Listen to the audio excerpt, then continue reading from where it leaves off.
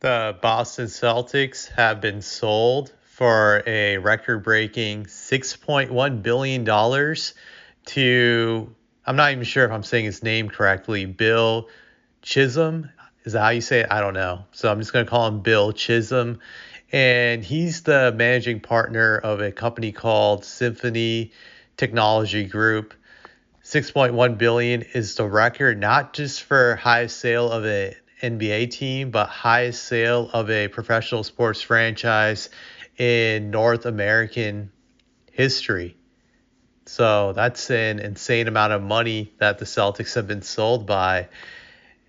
I'm just looking at this article from the New York Post. I'm just going to read out an excerpt here that I found interesting. So it says right here, the Grusbeck family announced last July, weeks after the franchise won its record 18th championship, that they would put the Celtics up for sale for estate and family planning considerations. The Post later reported that patriarch and nonagerian Irving Grusbeck and son Wick Grusbeck disagreed over payroll while putting together the NBA's most expensive roster, which led to a title, a family rift, and a team sale. This is interesting that Wick is the guy I recall that really runs the Celtics operations, but I didn't know his father also played a role in this, which makes sense now why he's selling the team, because obviously this came down to money, and the Celtics do, I believe, have the highest payroll in the NBA when you factor in all these guys on their team that's getting paid. You got Tatum, you got Jaylen Brown with the mega supermax contracts, and then you got Derek White, Porzingis, and they're getting paid a lot of money too. And that's just four guys. And then you just go down the roster. I think even the role players are getting paid a ton of money, which makes it super expensive when you look at the luxury tax and just the threshold and whatnot. I could see it causing some grief among those two, the father and son combo that ran the Celtics, when it came to money and what was the right thing to do when it comes to their investments. But it's pretty interesting that they're going to sell the Celtics because Celtics are a legendary franchise.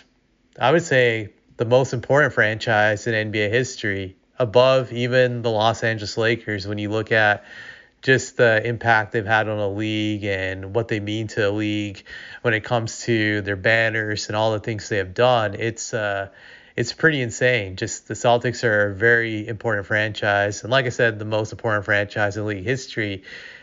That's something that if you're an owner, you would think that you would like to hold on to as long as you can, because it's a very special team to own. Just you don't really get that many opportunities to own something that prestigious, and they're going to give it up, which obviously confirms to me that it had to be financial. It had to be money problems with these two guys.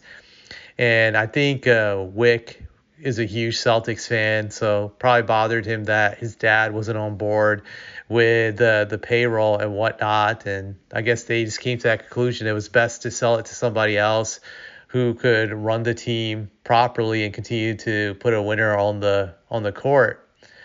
But it's pretty interesting. This guy who bought the Celtics is a Boston native, from what I've read. That he's a super fan of the Boston Celtics. He grew up in Boston, and he made his money in California by creating, I believe, a private equity firm, and that's how he became super rich. Private equity is evil. That's the way I look at it. So yeah, just typical evil owner now taking over the Celtics. But then again, none of these guys are morally right people when you look at these billionaires. But just putting it out, I definitely hate private equity. One of the worst things to ever happen to this country. Just had to throw that in there. But I think the Celtic fans are probably in good hands with this guy taking over. Granted, I don't know how he operates, but if he's a huge Celtics fan and he's from Boston, he probably will be committed to putting out a winner on his team. Or I could be wrong, because then again, he is a private equity guy, and those types of people are obsessed with making the maximum amount of money that they can and just minimizing expenses as much as they can. So you never know. he could deliver some grief among Celtic fans. It'll be interesting to see how he runs his team in the upcoming years. This new guy, Bill.